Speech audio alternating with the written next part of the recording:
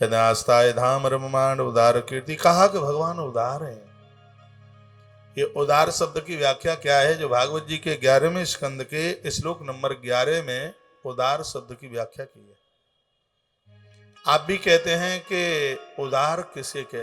वो आदमी बहुत उदार है।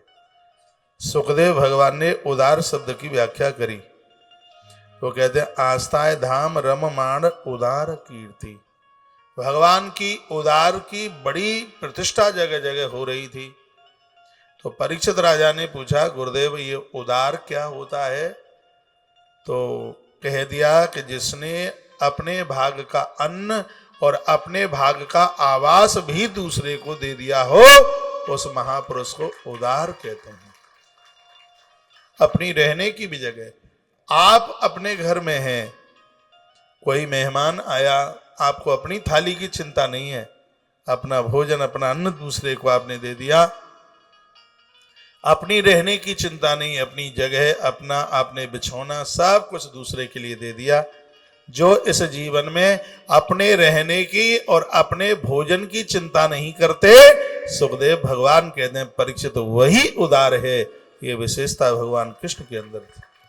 मैं पूरे पांडाल परिसर को कहूंगा सुखदेव भगवान की इस बात को सुनकर के सब उदार बन गए। अपनी चिंता मत कीजिए, दूसरे की चिंता कीजिए।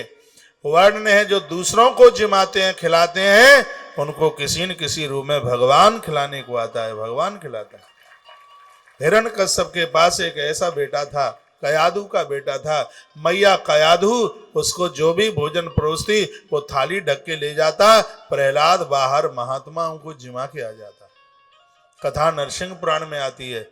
हिरण्यकश्यप ने आदेश दिया था इसको ऐसे कच्छ में पटक दो, भोजन देना बंद कर दो तो यह मर जाएगा। और प्रहलाद के लिए ऐसा ही किया गया।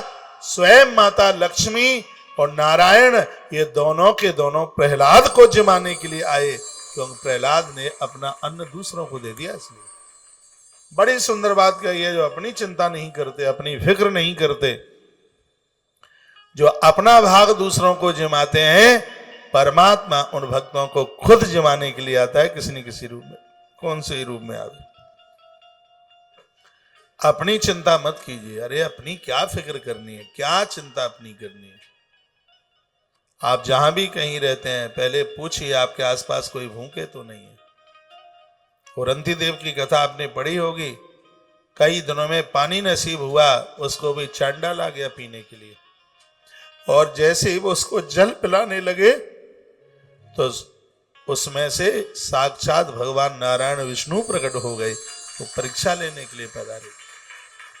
एक बार फिर मैं निवेदन आपको करूंगा, आस्थान धाम रममाण उदार कीर्तिम। जो दूसरों के लिए अपना आवास खाली कर देते हैं, जो दूसरों के लिए अपना अन्न छोड़ देते हैं, वही इस धरती पर भैया उदार महानुभाव हैं। उनको ही उदार कहा गया है।